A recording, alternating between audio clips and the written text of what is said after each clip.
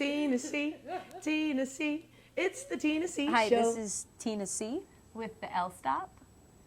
This is Emily Shain and Lisa Cordileone with Easy Abby. Start with you, Emily. So what is some of the stuff that you've done previously? Well, I've mostly done theater in Chicago. So I have done a lot of classical plays, which is very different from this show. So like what, for example? Like, let's see, I just did a Eugene O'Neill play with Eclipse. And that was called Beyond the Horizon. And I work with this group called the Backroom Shakespeare Project, and we do Shakespeare in a bar with no rehearsal every couple months. That's awesome. It's super awesome. I would freak out. You have to come. Okay. When it's coming up, it's really fun. Okay. And Let me know, I'll be there. Yeah. Those are big theaters. Eclipse and Chicago Shakes. Yeah. It's been cool. I've been lucky. Lisa, why don't you tell me about some of the stuff that you've done in the past? I've just auditioned hard for 7 years. That's it. I've auditioned at almost every theater in Chicago. I've done, I started out doing Second City, and I did the improv program, and then I did the music improv program, which is funny because I don't sing. I just kind of did it, and it worked, and they let me play. And so I did a bunch of class shows for like 3 years at Second City, so I spent a lot of time there. And then just same thing, I did like a lot of storefront theater. Bailiwick Theater I've worked at, and I just did a show with Side Project and Stage Left Theater. So just Chicago theater. Awesome. So this is, Easy Abby is probably your first video thing. At this level, with someone like Wendy Jo, yeah, because it's like an independent project with like a legit director. I've actually never done any film before. I took a film class, but I've never done. Really? I never even did like a movie with my friends. Oh, really? And she's so good on camera. Yeah? Yeah, she's great. And Natural. I love it. It's super fun. I think that, I mean, I'm really relaxed with Emily because Emily and I, we work together on every episode, and we have 8 more to shoot. So, you know, and you would even mention, like, let's go get a drink together and hang out. Like, we just, you know what I mean? Let's go get a drink. I'm glad that we fit that into our schedule because I think it'll translate. Let's start talking about why we're really here. Easy Abby. Oh, what it's about. Well, the idea came from Wendy Jo and I wanted to do something that had to do with miscommunication in relationships, friendships, and with lovers. So all the different types of miscommunications that happen within the gay girl world, and specifically set in Chicago. And then the other idea behind it is this character of Abby, who, someone who's 30 years old, who has never been in love and doesn't want to be at all. And her friend, who's just moved in with her girlfriend, and then kind of seeing the parallel between the 2 types of relationships throughout the series. That's what we want to show. We want to show that relationships aren't all bad, that they can be good.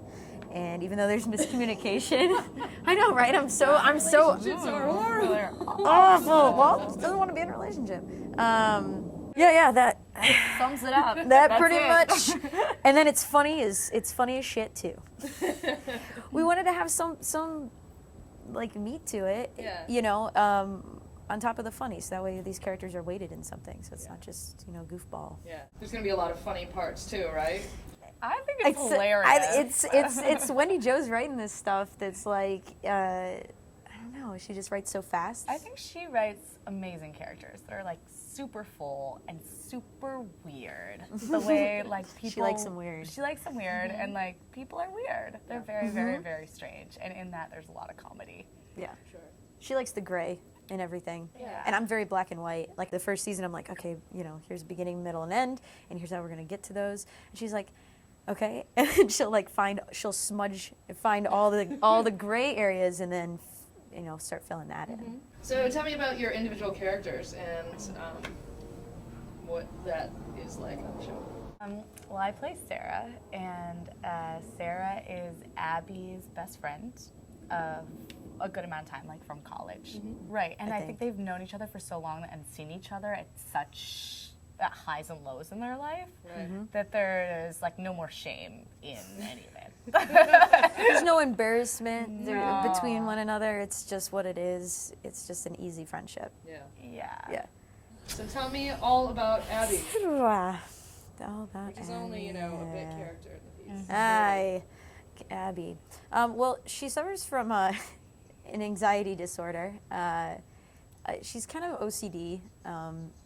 She's very like I'm angsty. Like I have a lot of energy and I'm always in the go mode. Sure.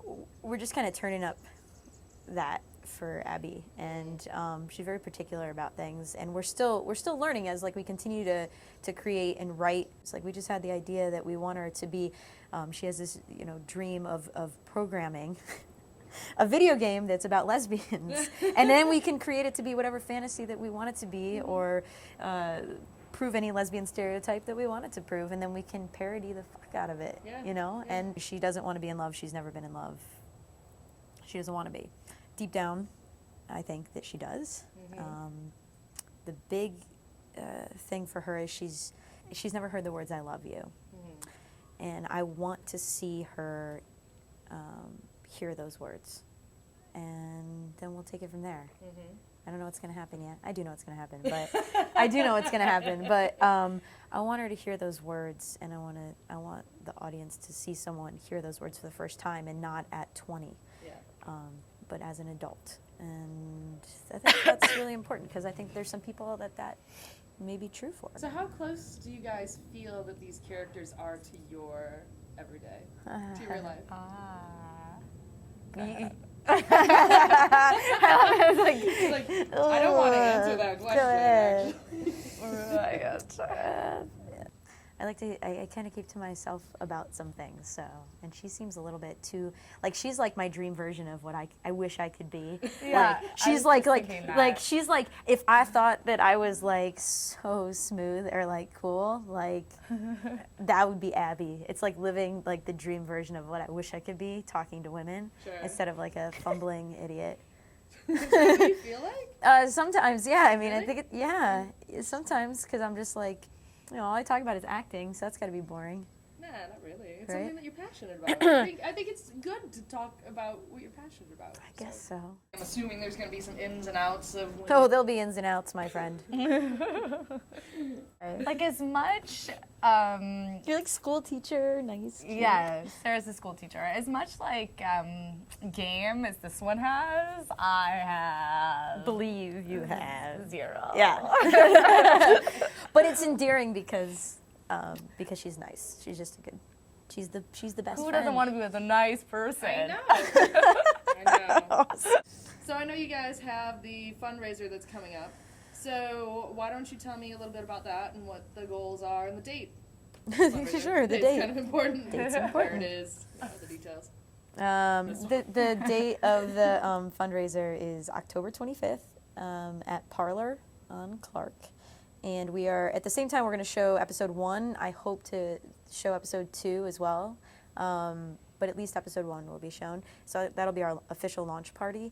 And at the event, we are having a silent auction to help with post-production funds to take care of things. So we have some amazing, amazing items that are coming in that have been donated. Like, I got 2 tickets to Steppenwolf that have come in, trying to get tickets to Second City. Different thing like massage, all the way to like artwork that's been donated.